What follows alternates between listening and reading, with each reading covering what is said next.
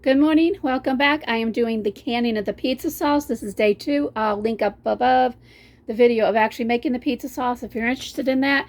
I will be pressure canning this tomatoes pizza / spaghetti sauce at 11 pounds pressure for 15 minutes for pints. It says it's also 15 minutes for quarts. Now, I always follow the directions in my canner, which is the Presto pressure canner.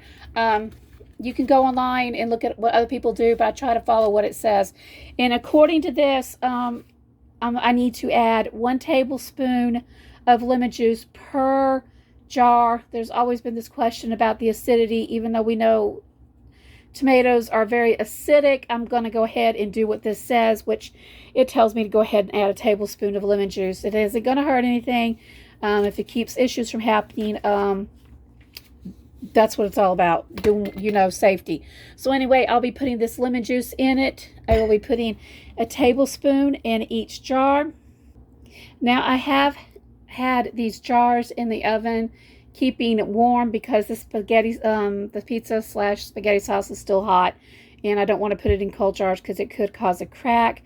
But before you do this, if you're reusing jars or even get new jars, go around, make sure there's no nick, because you don't want anything to prevent the sealing of this. So all I'm going to do is come over here and get this sauce. I'm going to use this big 4-quart. It's going to be easier to do this and try not to make a mess, but I probably will. I'm good at that. Anyway, I'm just going to put this in my jar, leaving a 1/2 inch head space right there.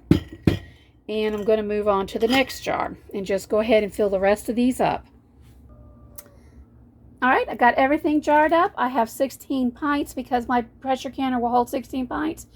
What amazes me is I did the exact same recipe as last time, but let me show you something. Look how much sauce I have left over. I'm actually going to have to do another batch, which I am thankful for. I could freeze it, but I'm probably going to go back in either. I'm going to can this up too. Anyway, or I might just put it in a freezer bag, and then when I do another batch, we'll see. Depends on how I feel. Anyway, I've got all these in there. There's basically a 1/2 inch headspace, or actually an inch headspace. What I'm going to do now is I've got a little bit of white vinegar here. I'm going to put it in here, and I'm going to wipe the rims of the jars.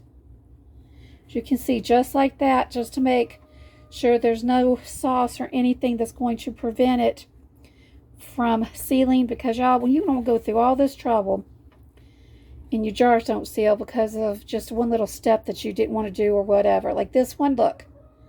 That had a lot of sauce on it. So let me go ahead and get the rest of these wiped down. I'm now going to go ahead and just take my lids.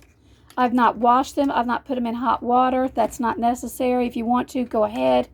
But I'm just going to go ahead and take my lids and put them on. And then put the bands on them and screw them really not tight, just finger tight, just like you're putting something on, but you don't want to put it on so tight it messes up. I need another small one. Where is it? Here we go. Yeah, I think the coolest thing about this canning is that knowing these tomatoes came out of my garden, we grew them from seed, and we will be able to save the seed for next year, and Lord willing, have fresh tomatoes again, either for whatever. I think the next batch of tomatoes I'm going to do, instead of making pizza sauce, I don't know yet, is just make regular tomato sauce. That way I can use that in chili, barbecue sauce, ketchup, whatever. I can just make it up as I go, but still have it canned as a way of preserving it. Yes, let me get the rest of these on. Alright guys, so all I've done right here is put my lids on the jar, kind of like finger tight. I've already put the first layer down, which is 8, and I'm going to put, oh my goodness, where is it at? My other, you can't stack these jars on top of one another, but I prefer to have this extra plate. So I'm just going to put that on top of there and go ahead and put my other ones on here. And you got to be careful because this stuff is hot, very, very hot. I'll get another 8 here. This is stack canning. I've got to be careful because, like, I really shouldn't be doing this because this joker's hot. So let me get the rest of these stacked in here. So I have 16 quarts and 16 pints in here, which was what I was going for originally, and I actually have a lot left over. Probably get about another 6 pints in here, I would believe. Anyway, I'm going to go ahead and put the top on here. Okay, I got the pressure canner ready. I've turned this up on high to get it boiling. Once it starts boiling and steam starts showing up here, I will count 10 minutes, set it on a timer, let it vent for 10 minutes. Then I will put the gauge on it right here, which I'll show you in a minute when I put it on. And when it builds up to 11 pounds pressure, then I will start timing for 15 minutes, because that's how long it has to be in the canner, for 11 pounds for 15 minutes. So like I said, this is going to stay on here until it starts blowing steam. Once it does, I'll time it for 10 minutes. When the 10 minutes is up, I'll put the top on it, the jiggler. I'm not even sure what the name of it is. We'll build it up to 11 pounds pressure, and I will bring it back and I will show you the finished result. But first of all, I'll just show you the steam and stuff when it comes back on. All right, 10 minutes is up, so I'm going to go ahead and take and put the weighted gauge on here. And we're going to wait for this to build up pressure to 11 pounds and then start timing it for 15 minutes. All right, guys, it has reached 11 pounds pressure. I've already set the timer for 15 minutes. I will have to keep an eye on the temperature as far as the gauge goes, as far as either hotter or cooler, either higher or lower, because I want to keep it around 11 pounds pressure. So when that 15 minutes is done, I will turn the heat off.